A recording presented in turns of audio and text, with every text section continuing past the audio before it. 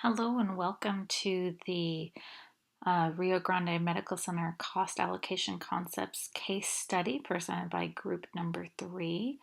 My name is Acacia Flores and I will be narrating this presentation.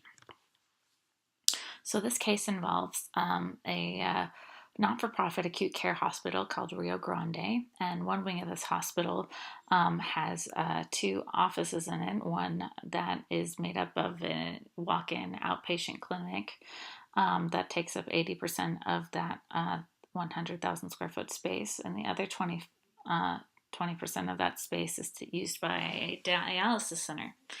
Now, the outpatient clinic needs to expand in order to have a higher capacity and to be rake in the most profits that it needs. So they're going to need to either move the dialysis center out or move the outpatient clinic to an area. And they've decided to move the dialysis center out, and that the clinic is going to assume that extra space, and the dialysis center is going to be put in another space.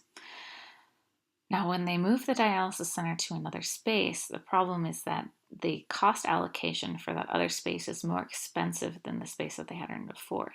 So that's causing the dialysis center's profits to plummet because the space that they're in is more expensive.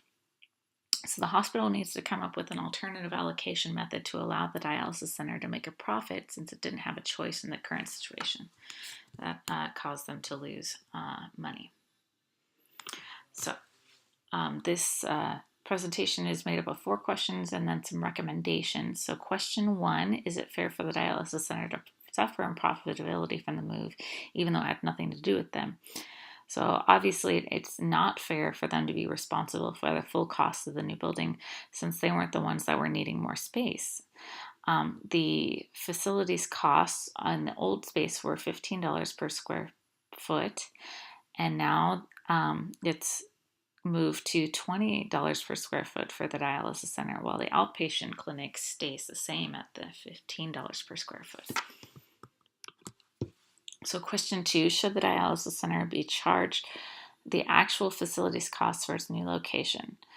So we said no, it shouldn't. Based on fairness, it shouldn't have to increase its costs because it didn't decide to move. The hospital made that decision for it. Why should its profits suffer based on something that it didn't do for itself? So that was our answer to that. Good. Okay, question 3. Even if the true cost concept were applied to the dialysis center, is the $400,000 annual allocation amount correct? We said that this the amount of yearly financing for the new building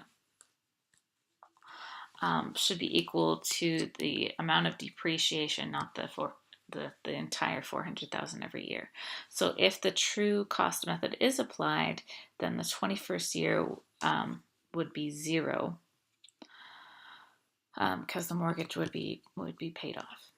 So here, excuse me, are the is the profit and loss statement for both the dialysis clinic and the outpatient center here. So we've got the old revenues for the dialysis center, old revenues for those. And now here's after the initial allocation, we see that facility square foot did change from 15 to 20 for the center. And then over here with the alternative allocation, we've come up with a solution where that changes to $16 a square foot for both.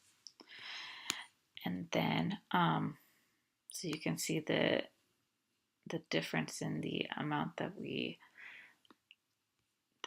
that brings us to, where they do have somewhat of a revenue for the center. Or it's not a revenue, but yeah, profit for the center. And over here, question 4 says that the dialysis center has been counting the pharmacy revenues as part of its revenues. So the dialysis center books $800,000 in annual revenue for drugs. Should this revenue be counted towards so it's booking those in, so it's considering dialysis center revenue, and then it's deducting that entire 800,000 for general overhead allocations, because it's really, it comes from the pharmacy, it goes right out the door, and none of that money is seen by the dialysis center. It's all going from the patient to the pharmacy, or from the insurance company to the pharmacy, or what have you. So that pharmacy supplies that are used at the dialysis center actually are making a $400,000 profit directly for the pharmacy. So the revenue that is actually more like inventory that the pharmacy sells through the dialysis center, but we're the middleman and we're not making any money off of it at the dialysis center. So it should not be counted on the dialysis center's P&L statement, but on the pharmacies. So this would, if we didn't count it on the dialysis center, the stated revenue would decrease by $800,000, and also their overhead and expenses by the same amount.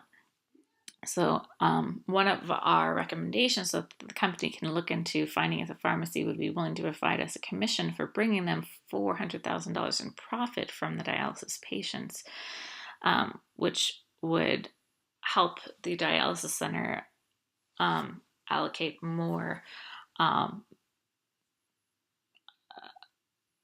profits to its, and be able to have a higher return.